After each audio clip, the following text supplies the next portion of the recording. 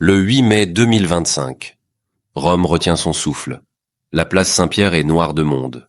Les caméras du monde entier sont braquées sur une seule chose. La cheminée de la chapelle Sixtine. Un nuage blanc s'élève dans le ciel.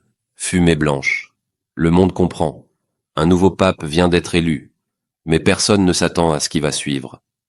Quelques minutes plus tard, un homme apparaît au balcon. Il n'est ni italien, ni connu du grand public. Son visage est calme, son regard profond. Il sourit, humblement. Puis une voix résonne, Habemus Papam, Robertum Franciscum Prévos, qui sibi nomen imposui Leonem decimum quartum, Léon XIV. Un nom que personne n'attendait. Un nom qui allait faire trembler les murs du Vatican et redonner foi à des millions de cœurs oubliés. Mais qui est vraiment ce nouvel élu? Il s'appelle Robert Francis Prévost. Il est né à Chicago, aux États-Unis, dans une famille catholique modeste. Dès son plus jeune âge, il montre un intérêt profond pour la prière, la justice et la souffrance des autres. À 17 ans, alors que d'autres rêvent de carrière et de confort, Robert fait un choix radical. Il entre dans l'ordre de Saint-Augustin, un ordre religieux ancien. Il décide de consacrer sa vie aux autres. Mais ce n'est pas à Rome qu'il commence sa mission. Non, il part loin, très loin, au Pérou, dans un petit village pauvre, où les maisons sont faites de briques rouges et de tôle, où les enfants marchent pieds nus, où la foi est parfois la seule richesse. Il y reste plus de 15 ans. Il vit avec eux, mange avec eux, soigne leurs blessures, il apprend leur langue, il écoute leurs douleurs. Il ne vient pas pour dominer, il vient pour aimer. Là-bas, on l'appelle simplement Padre Roberto, et très vite, il devient une figure, pas par le rang, mais par l'amour.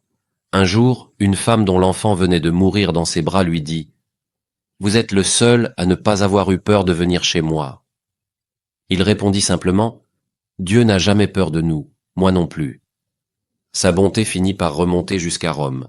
En 2014, il est nommé évêque. En 2018, évêque de Chiclayo, au nord du Pérou. Puis, en 2023, il devient préfet du Dicaster pour les évêques, l'un des rôles les plus importants du Vatican. Mais malgré les titres, Robert reste le même, silencieux, modeste, inébranlable.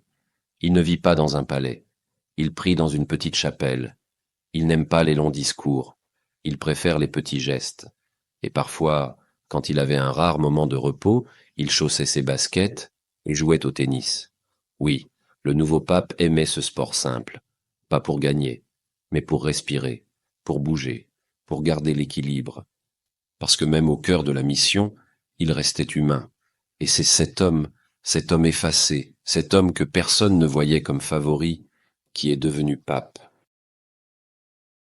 Lorsqu'il apparaît au balcon du Vatican ce jour-là, la foule est partagée entre surprise et curiosité. Et puis, il ouvre la bouche. Il ne parle pas longtemps. Mais ce qu'il dit glace, bouleverse, réveille. Le mal ne l'emportera pas. Silence. Puis un tonnerre d'applaudissements, des larmes, des regards levés vers le ciel. Ces mots, simples mais puissants, sont une réponse directe à l'époque que nous vivons. Les guerres, les abus, les divisions, la perte de foi. Et surtout, l'indifférence. Le mal ne l'emportera pas. Comme pour dire, le monde est peut-être fatigué, mais l'amour n'a pas dit son dernier mot. En choisissant le nom de Léon XIV, il rend hommage à Léon le Grand, ce pape courageux du vieux siècle qui, par la force de la parole, avait arrêté l'invasion des Huns sans verser une goutte de sang. Un homme de paix, un homme de foi. Et c'est exactement ce que le monde attend aujourd'hui, un homme de paix. Léon XIV n'est pas un révolutionnaire politique, il ne cherche pas à choquer, mais il remet Dieu au centre, et avec Dieu, il remet l'humain. Il parle aux jeunes, aux pauvres, aux femmes, aux prêtres oubliés dans les coins du monde. Il écoute, il observe, et il agit sans faire de bruit. Son premier voyage prévu? Pas à New York, pas à Paris, mais dans un camp de réfugiés au Soudan.